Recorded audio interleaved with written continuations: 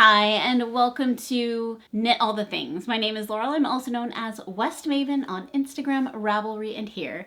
If you're new, this is a space where I talk about all the things I'm knitting, all the things I want to knit, all things yarn, just all the things. And if you're returning, welcome back. Knitting Bestie, I can't wait to catch up with you.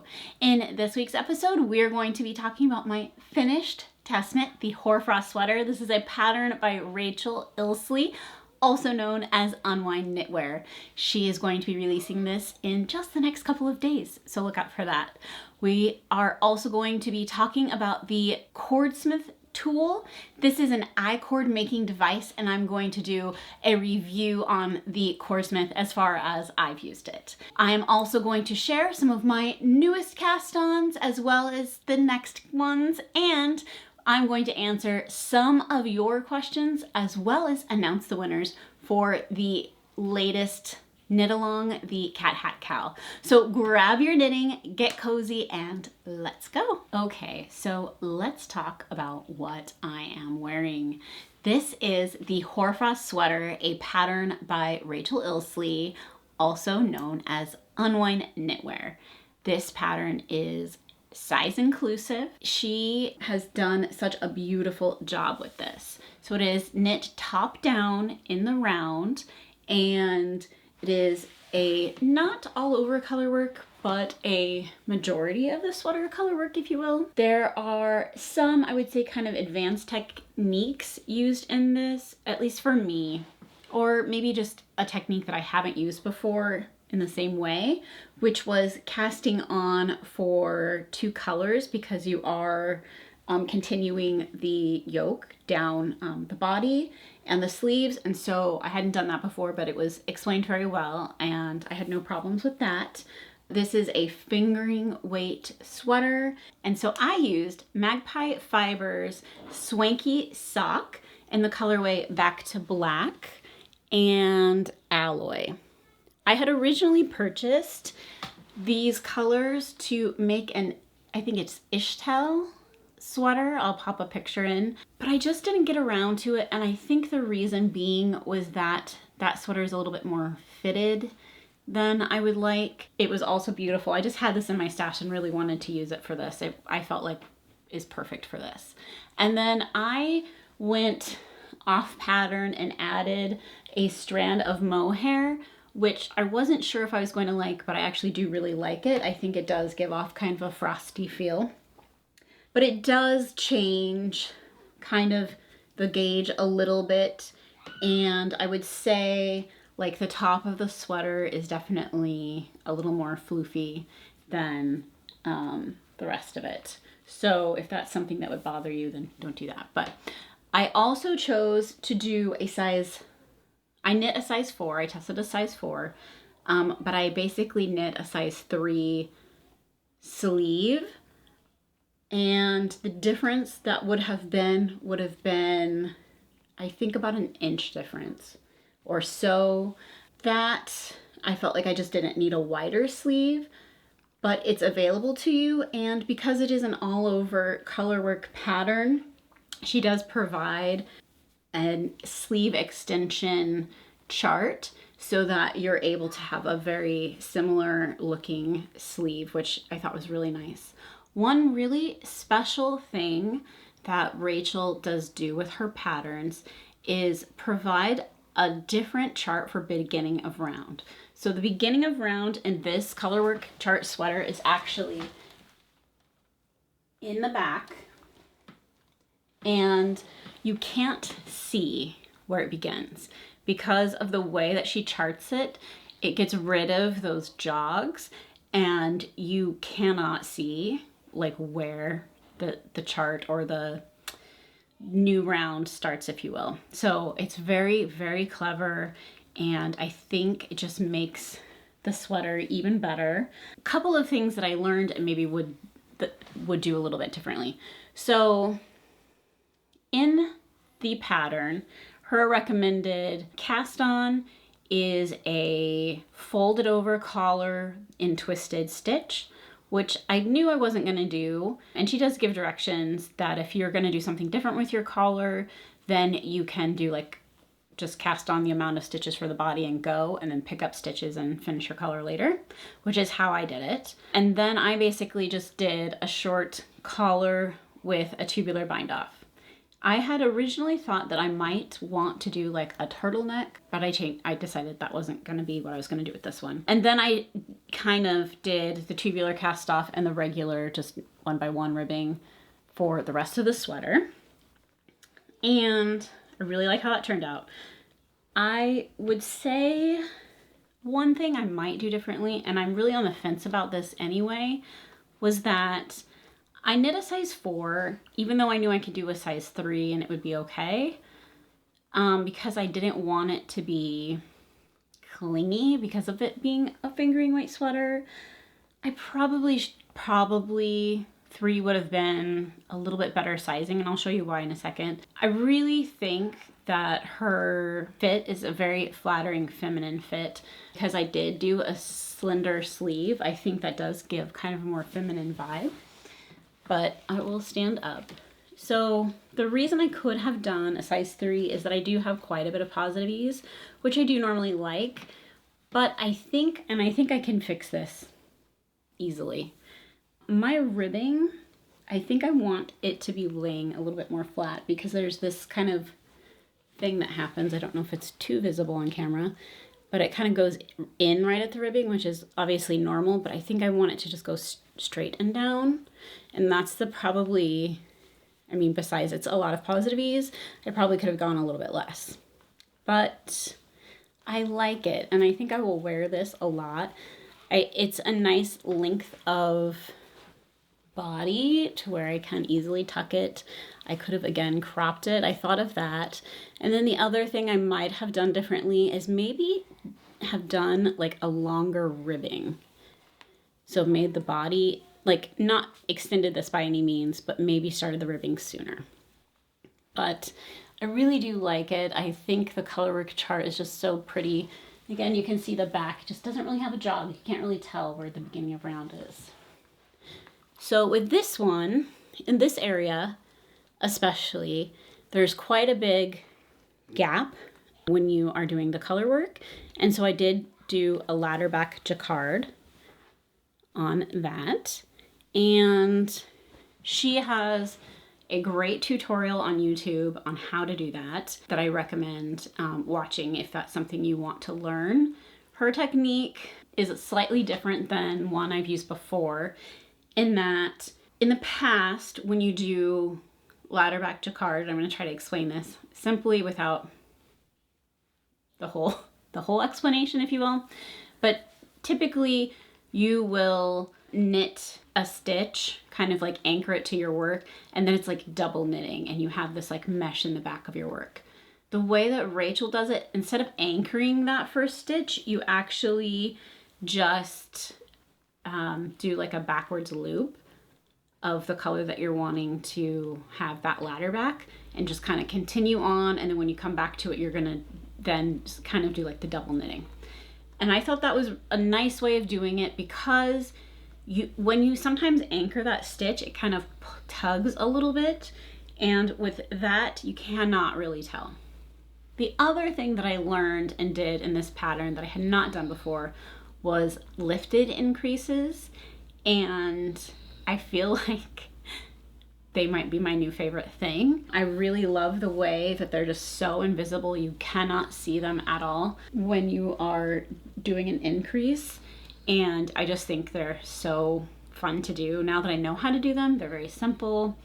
And essentially a left or a right increase, instead of doing like a pull, like the bar up between stitches and knit that, like make one left, right, you don't do that at all. You actually knit from a stitch below or a couple below, depending on the one.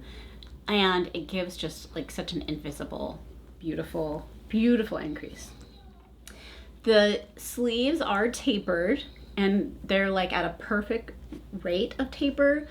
This sleeve is like perfectly fit to my arm. I would say that there is no like tightness at all. And I feel like even like I can get a nice little scrunch if I wanted. The sleeve length to me is perfect. I followed the pattern exactly, and it comes down a little bit on my hands, which I really like. I really just hate it when you go to like move your arms around and your sleeve comes like way down on your arm. I really don't like that, but this is a perfect length for that. And what else? I really can't say enough good things about it. I will say the only part that I had a slight issue with, and it was just hard for me because I hadn't done this before, was not the like creating underarm stitches and then continuing the round for the body, but when I went to pick up sleeve stitches for the color work, it felt hard for me to do just because I hadn't done it. And I do know that that part of the pattern, I think she is adjusting slightly just to make it even more clear, but that was probably the only like a little bit hard part that I encountered. And my suggestion for moving through that on this pattern or any patterns would be figuring out how your pattern lines up and then kind of going from there. And so I was having a hard time like figuring out on the chart where I was starting because I wasn't quite clear on that, but it was made very clear, one, after she kind of re-explained it, but two, I kind of realized like, oh, if I'm gonna start the chart and it's an X amount of repeat, then let me just figure out where I am in the chart when I'm like picking up stitches for the arm, if that makes sense. So those are my only little like hiccups, if you will, on that pattern, but I really, really, really love it. I feel like this is winter in a sweater. The word hoarfrost is actually refers to the crystal deposit of frozen water vapor that's formed during clear, still weather. And apparently that is common when it's like below freezing, like way below freezing or below zero, that the water vapor just kind of like goes through trees and kind of like sticks to it. And if you look up pictures online, it's just so pretty. I'll maybe put something here, but I really think that she really encapsulated that into the sweater for sure. I think that's all I have to say about that. She is going to release this pattern on Friday the 19th. And so depending on when this comes out, it'll either be tomorrow or maybe the day that I release this. Who knows at this point? Unfortunately, we had lost power and this was supposed to be recorded many days ago, etc. So it is what it is. But that means that when you see this, the pattern will be out very shortly. The other thing that I've been working on kind of several projects in here and there because of the power being out, I decided to have my son try on the Stockholm-ish hat that I was making him. I frogged it. Again, like I'm annoyed that this is the second time that I've cast this on, but like we're not doing this again, so this is it. The first time I had cast it on, I cast on the amount of stitches the pattern said. The second time I thought, oh, it looks like it's getting too big. Let me cast on a less amount of stitches, and so I recast it on. And then I think I also went down a needle size, and so it was then too tight. And he is the type of kid that wool is a little itchy to him, and I am using Aimee Wensley worsted in the colorway Lush. And I don't think this is itchy for me personally, and I haven't blocked it, so I really don't know how it's going to feel once it's blocked, but I don't think it's itchy. But I can understand that it feels a little like wool, more than like maybe a silk or mohair. I mean, this kid has a yak sweater, so he's fine. But I do think that once it's washed and blocked, it will be even more soft. But he has another non-superwash hat that is one of his favorites, and it is a little bit on the bigger side on him, and so I felt like if I just replicate that fitting of a hat, he'll probably want to wear it a lot more. And I am kind of loosely going off of the Stockholm hat by Petite Knit, and also the using a smaller needle to cast on. I'm gonna knit for like 3 or so inches, and then I'm going to switch to the correct needle size for the pattern, and then I'm going to do the pattern decreases. And so we started over, which is fine. This is a good, like, in the dark knitting, which is what I was doing when I was knitting on this. The other item that I knit while in the dark, I pulled out my half and half triangles wrap. I am knitting it on using Super Orange and Bright Flamingo, which is a Purl Soho linen quill yarn. And the pattern is free on purlsoho.com. It's the half and half triangles wrap. I knit this much. I'm trying to find the pattern, the marker. I knit about this much since I last had pulled it out. And I really can knit this in the dark because when I get to the point where you do a decrease, I can feel the stitch marker and just know like what I'm doing next. And so that was nice. And I literally was working on it in the dark. So I worked on that a little bit. And then, so basically what happened was on Saturday when I normally film this, I had everything set up, ready to go, and then power went out. And then we had no power all of Saturday, and we woke up Sunday. It was very cold in our house, so we decided to get a hotel and stay there for a couple of nights. Or my kids and husband stayed there for 2 nights. I stayed there for 1 because our power actually did come back on late Monday night, I think. And so I brought the dogs and turned everything on in the house to get it kind of warmed up. And then everybody came home on Tuesday. So there was a lot of chaos and stuff going on yesterday, getting everything back to normal. And in the midst of all of that, the half and half wrap really was a nice grounding piece to work on. And I have one other one that I actually don't have with me right now, but I used a lot during that time just to have it around my shoulders, and really was feeling like very positive that I had chose to like work on another one, and kind of happy that it was something I had already cast on and had around. So while I know a lot of people have made them and I've already made one, I do think it's a great pattern to have like hanging out to knit on because it is a nice like easy knit. The other work in progress that I've been working on is my White Mountains Light. This is a pattern by Midori Hirose, and this one's a little bit funny because when I went to film this I had like 1 sleeve done, and I'm almost done with the second sleeve now that this has been kind of delayed. But it is a top-down raglan design. I am holding Knitting for Olive, soft silk mohair in the colorway licorice, and I am nearly done with the second sleeve, and then I'll go to Body Island. I don't know why, but I was getting bored of doing this, and so I decided to switch to sleeves. And now I will just have to like hurry up and finish the body. All it will be is stockinette and then some ribbing. So very easy project. I was going to work on this, but in the dark and having to still do decreases, I just couldn't make that work. So I want to say that I've been asked a few times what I use to knit black yarn, and this is my knitting light. It's by this company, Glissant. I don't know if you can see it.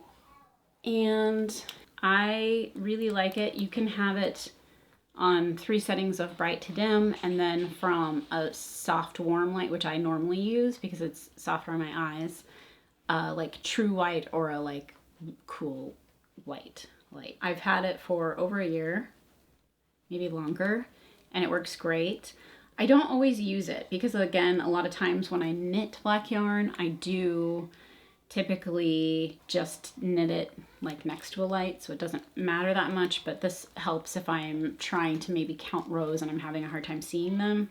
Also, like this one is such a loose gauge that I often just will put my hand behind it so I can see the stitches a little bit better, or hold something behind it so I can see the stitches.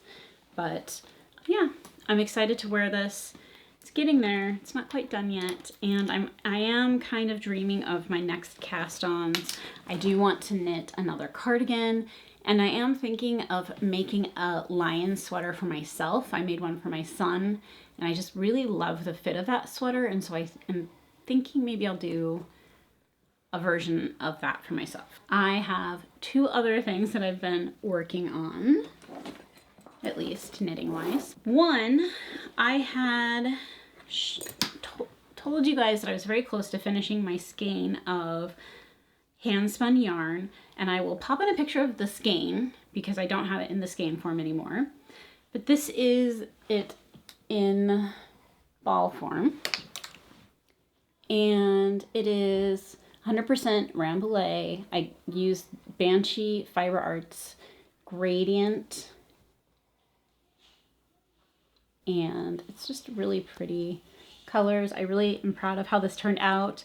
I didn't know what I was doing. I don't know how to do many things, but how I decided to spin this was break it in half, break the braid in half lengthwise, spin the first half of it twice, so break that one into 2 pieces, and then the second half of it I did the first half of it I did in 3 pieces and did like 3 pieces in a row.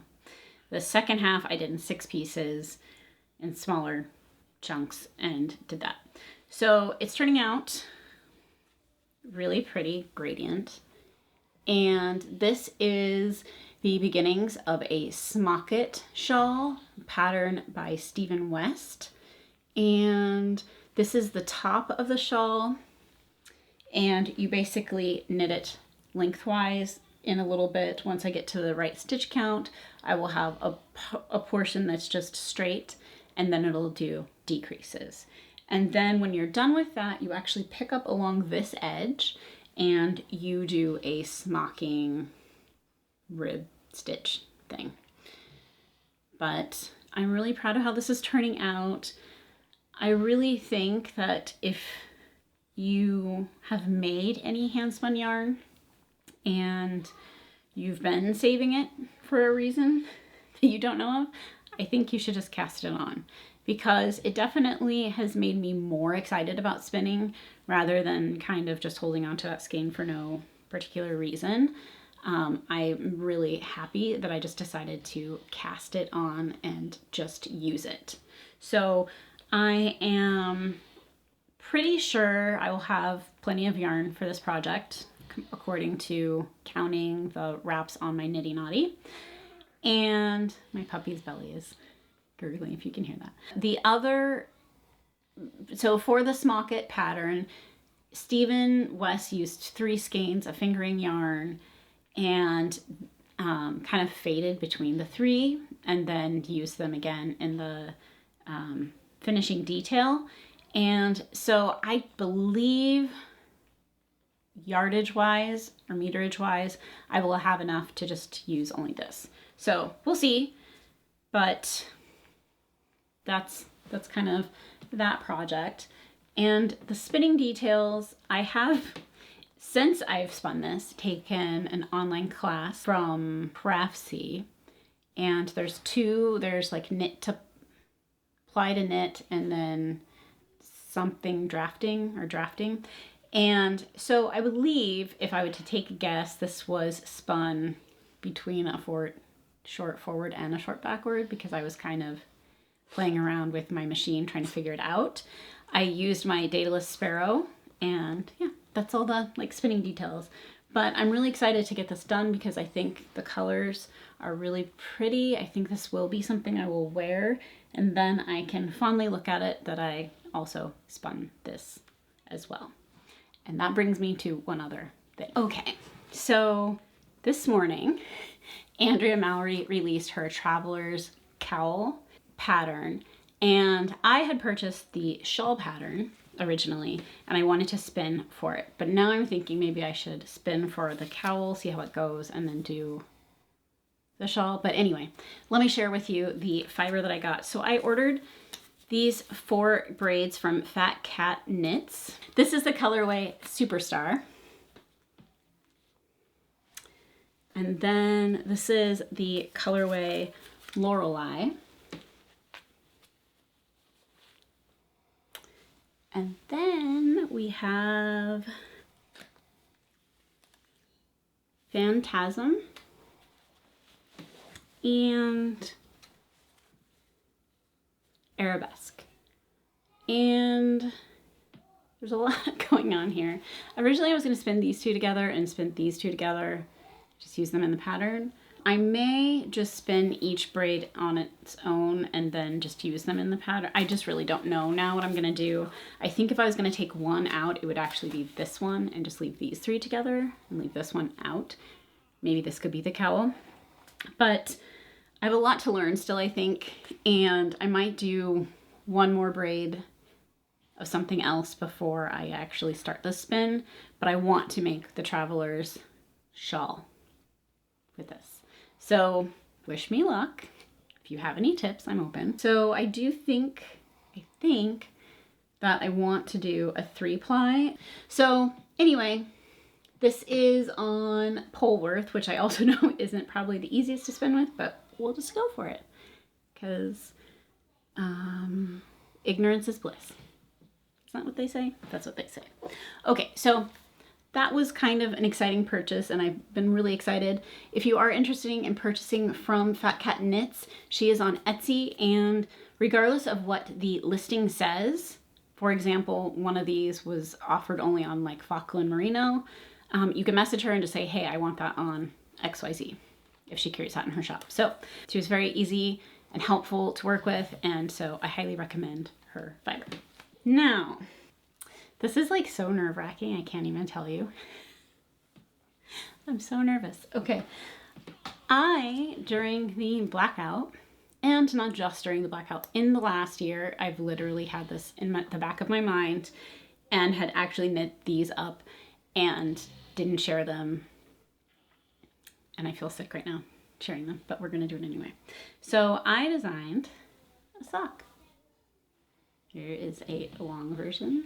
Here's a little short version. It is using, this one I used a sock set by Shirley Bryan and some leftover mohair. And it is intended to give the effect of like the 90s kind of sock scrunch. It has like a little bit of a ribbing effect, and I will also pop in a picture. But I am going to be looking for testers for this sock. And if you are interested, please message me. I will put my email below or message me on Instagram. I would really appreciate it if that's something you're into. But yeah, I get so nervous. I hate putting myself out there. Anyway, okay, so first YouTube video, I'm telling you, it's like the same nervous feeling. But I am really proud of them. They're really cozy to wear around the house. I don't know about you, but my pants aren't always like past my ankle, especially if I'm wearing like tighter fitting pants. And so this has like such a nice little like cloud of warmth in that area. So yeah, there it is. There's also, you can knit the leg as long as you want. This mohair right here is Wandering Flock tie-dye, and this is Hazelnut's Artisan Sock. And I believe this mohair is a one of a kind, but it's from Cashmere Treats. So there you go. And I think that you could use lots of different colors of mohair. You could use Surrey for the same effect, but you're gonna want something lighter than the fingering just to create the kind of ruched effect. Okay, so there's that. Message me, call me. Okay, anyway. Okay, so I thought it would be fun to answer some of your questions. When I had no way of making videos, I asked you guys to send me questions. So here are some of your questions. One from Tara's Knitting Diary. Hello. Says, does anyone ever say that you look like Zooey Deschanel Do we look like sisters? Yes, when I was younger, for sure. Not so much anymore. But in a previous life, I was a flight attendant, and my route was from Portland to Burbank, California. And apparently her grandmother lived in Portland or somewhere in Oregon, and so sometimes she would be on the plane. So I would actually hear like funny stories about her, which I thought was odd because I'm not her. But anyway. And then one time, one of my friends, or a passenger that I was friendly with, had told me that they were going home to see their family, and they had invited a friend and said, oh, this flight attendant, she looks like Zooey Deschanel, blah, blah, blah, blah, blah. And then I guess she had gotten on the plane, and the friend was like, yeah, they look exactly alike. And he was like, oh no, that's actually, never mind. So yes, I've gotten that before. I hope that answers your question in a weird story-like way. Number 2, Elizabeth is knitting. Do you have 2024 project focus, more sweaters, more accessories? Yes and no. I am leaning towards accessories this year because last year I made so many sweaters, but I will say I'm also leaning towards making more cardigans because I only have the one. I realize I do wear it all of the time, and I think if I had more, I would wear more, like more naturally, grab a sweater to throw on top of something and leave. So I definitely think I want more cardigans in my life, and I also have a lot of knits in my head accessory wise. So I want to make a couple of cowls for my kids. They each have one, but they do actually wear them quite a bit, and so I thought I would give them one other option. I still need to make them both hats, and so I think that is kind of part of the plan. Okay. Professor Purl, who has a YouTube channel, and I will link her below. What's your favorite knitting spot space time? So most of my knitting happens late at night after my kids go to sleep is when I grab my knitting projects and knit. Very rarely do I have time during the rest of the day.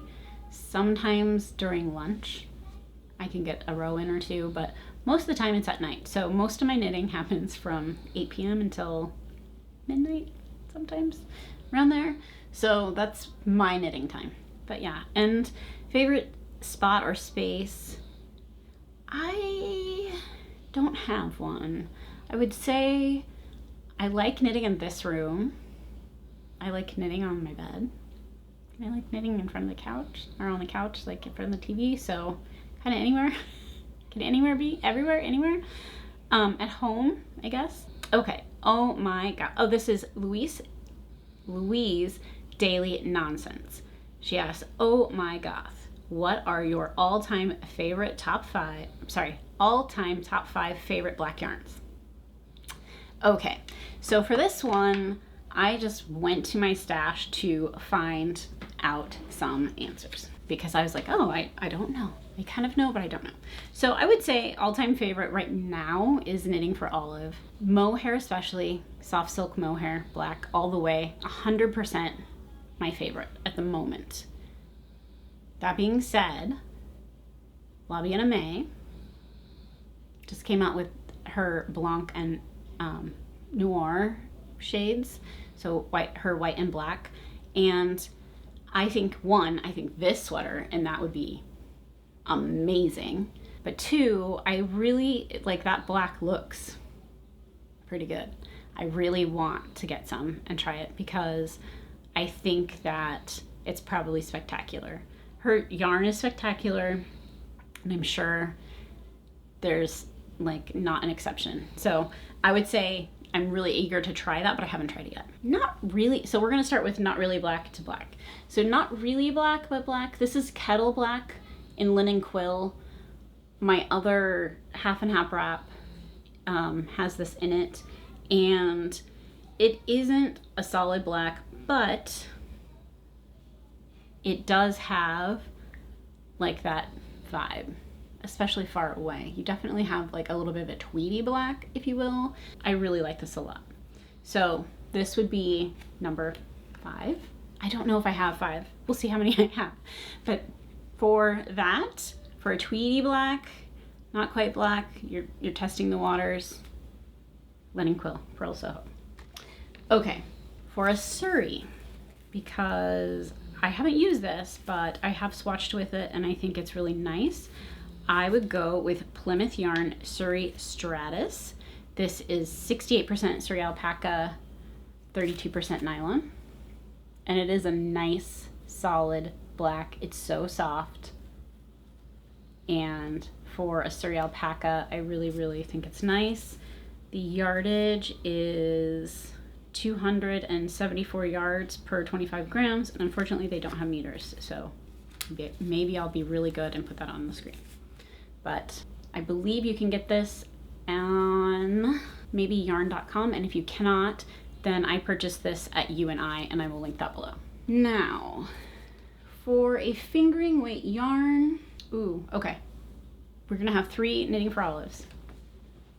I have their No Waste Black, which is 225 meters. You don't have yards on this one. It's 50 grams, and it is 50% extra fine, traceable, non-muciled merino, and then 50% recycled. And the black is like dead on. Okay. Then there are Pure Silk Coal, 100% silk. Also a very amazing black. And then the merino. And I believe their heavy merino also would count under this. Trying to get it to focus. Hold on. Focus. There we go. Okay. So this is their just merino. And I think they also have a heavy merino, also very black. And then, who doesn't love the soft silk mohair? So these are my kind of recommendations for black yarn. I will say, I have one more. I will say that, unfortunately, indie dyed yarn, I think black is an extremely difficult color, and that is the only reason there's none included in this. The other one that I have and I've used and I really like is Arbor from Brooklyn Tweed. And I purchased this in a like sample sale, so it's on a cone. But I do know that it comes in 50 gram skeins, and it's a DK weight. So this is another really great black. And the color is Kettle. So I hope that answers your questions. If you guys have any other questions for me, you can leave them in the comments and I will try and answer them. We're gonna talk about the Cordsmith. I purchased the Cordsmith tool from Knitting is Metal, and there's a couple of ways to purchase this tool. So first off, there is on Instagram, Size Inclusive Collective, who is Autumn Eden Goodman, and her husband designed this tool. And it is essentially a latch hook tool that allows you to make I-cords. And it's very clever, and I got the Knitting is Metal because she has this cool skull and crossbones. And in fact, they are designing various ones for stores. I know that Spin Cycle has their logo on one. My other close yarn store, Starlight Knitting Society, has stars on theirs. So if you had sort of an idea that you wanted something that's not plain, then that's an option. If you purchase directly from Autumn, going to her Instagram Size Inclusive Collective, then I believe you have the chance, if you are maybe gonna purchase from her, they are, I believe, I've seen them between $25 and $30. And if you purchase directly from her, I think they're $20 if you order more than one. So if you and a friend wanted to get them from her, then it's a little bit cheaper. So that is another option. And please check, that's just at the time of filming this, it could be different. But it's essentially a very, very clever tool. All you have to do, and I'm not gonna show you how to get it started because that is the little bit tricky part, but you basically wrap your yarn across. I'm gonna try and hold this so we can all see it. The front, above the latch hooks. And then you pull the cord that you've already made and pull it up and over. And then you have the cord being made. So it's very simple. Some tips that I have found is try not to do it too tightly, because if you do, then it's kind of hard to actually make this cord. It'll get stuck. So you want to keep the yarn going across the tool very loose, and then you will have a much better cord if you do it that way. So my review, I feel like it's very comfortable in the hand. I think it's very clever. I feel like the learning curve is pretty small, and I think it's a really fun tool for the knitter who has everything. I haven't figured out how I will use this. So I know I've seen a lot of people make projects with making a cord and then doing something with that, and that's really clever. I just don't know how I'm gonna put this into use. I got it partially because I thought this would be a fun way of letting my kids kind of play with yarn and learn or make something that like is a thing that they can be proud of. I also think that if you have, like, there's a lot of hoodie designs that have the cords, or cowls that have a cord in it, and this would be a million times faster than knitting it or using double pointed needles. So I would definitely recommend it for that. But an everyday use, it is just kind of a fun tool at the moment for me. Not that it's not worth it. I do think it's worth it, but it is a little bit of a fun tool. So that is the Cordsmith by Autumn Eden Goodman. You can find her on Size Inclusive Collective, and you can find these probably in your local stores. I know a lot of stores are getting them, so keep an eye out for that. And that's all I have for that tool. And then real quickly, I wanted to congratulate our winners of the cat hat cowl. Basically how to make a cat. Tag me, post either on Ravelry or Instagram. And so here are the winners, which I have contacted, but I will pop your names up. And I believe I've heard from everyone. But our first winner was Jasmine CP, Darkstone, hello Heather, and Rocky Fibers. So congratulations, winners of the cat hat cowl 23. I think I'll do another one. I'll give you details for that. Thank you so much for being here. I've missed you. I hate it when I'm late. I really do. And so I appreciate your patience. Thank you again. If we're not yet knitting besties, make sure to hit that subscribe button. Like this video, it tells YouTube that other fiber enthusiasts like yourself enjoy this type of content. Until a couple weeks from now, make yarn magic.